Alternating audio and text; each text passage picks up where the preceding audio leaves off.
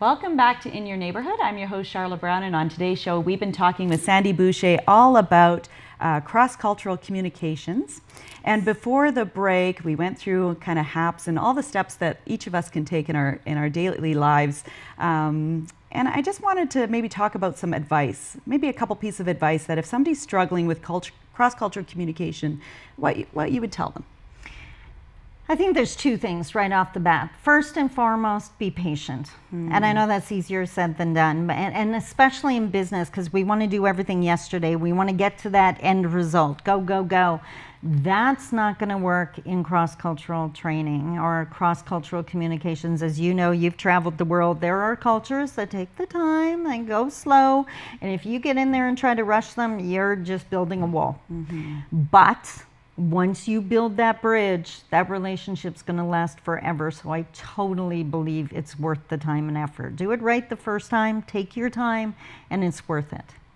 The second one is essential if you want to build bridges, and that is you have to suspend judgment. If you go in there with any kind of saving, I'm going to save them, I'm going to teach them how to do it better, that kind of ego place, all bad, all bad. If they're doing something differently or they haven't done something, run with the assumption you don't have the information as to why they haven't done or they are doing this. There's a reason for it. So it is a lot safer to go in there with the feeling that I know nothing about this culture, but I'm going to ask. Yeah. And I'm also going to ask if it's okay to ask. Because the other thing, we just assume that we can ask about everything because that's mainstream culture, and some don't want to share, and it's okay for them to say no, right? So suspend the judgment. Just if you don't understand, ask and be patient. Right. Definitely open-minded. You touched on a few things that really have resonated with me in terms of things that I've changed about myself just from travel. Like, you do things a certain way and then you go somewhere and you take a step back or you slow down a little bit more. I definitely resonate with everything that you're saying today for sure. So I want to talk a little bit about this beautiful red dress that you're wearing. It looks beautiful on camera. So let's chat a little bit about that. Well, first and foremost, it's to pay homage to the missing and murdered Indigenous women and girls and the Red Dress Project. So if you've been to the Winnipeg Human Rights Museum, you've seen the Red Dress Project display. It's a haunting experience, and it's just, we can't ever forget them. There's a lot of people that lives were cut short. There's a lot of moms and dads at home wondering where their daughter is. And we can't ever forget that their voices were silenced.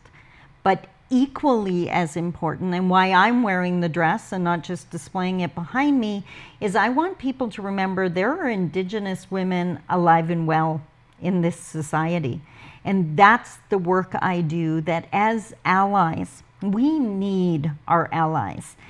I wouldn't be where I am today if it wasn't for the people that helped me. So I always say, if someone hands you a mic, don't speak for us, pass us the mic.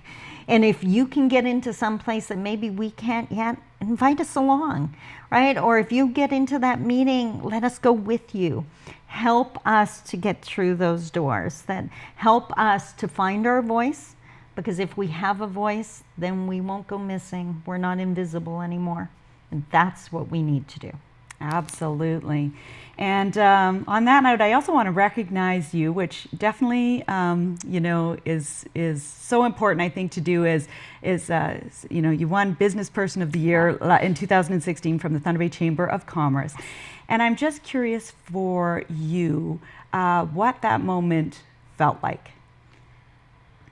It is, and this is terrible because I'm a published author and it's so hard to put into words. That's one of those moments, and there's been a few in my life, but that was definitely the most recent moment when I realized how deep I had internalized my oppression.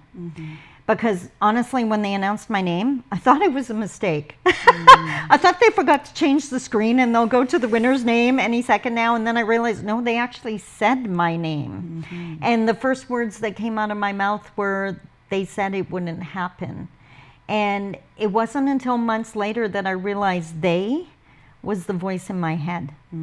So winning that night shattered, and I mean shattered, so many walls for me. When the phone started ringing, I realized how many people had wanted to work with me, but I had never been open to that. I had built so many walls, and I'm not saying there's not walls out there. There absolutely are.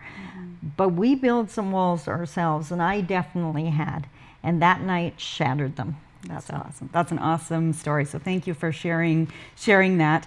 And we're just about out of time, but if anybody's looking to ask you a question, anything we talked about today, wants to get a book, what's the best way to get a hold of you, Sandy? Awesome. My website is always a great resource, so sandyboucher.com, and that's Sandy with an I.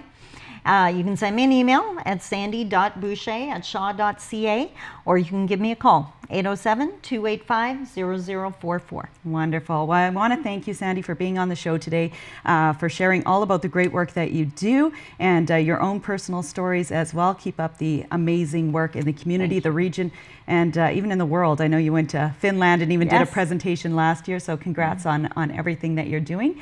I want to thank everybody for tuning in today. Be sure to watch next week with more on In Your Neighborhood.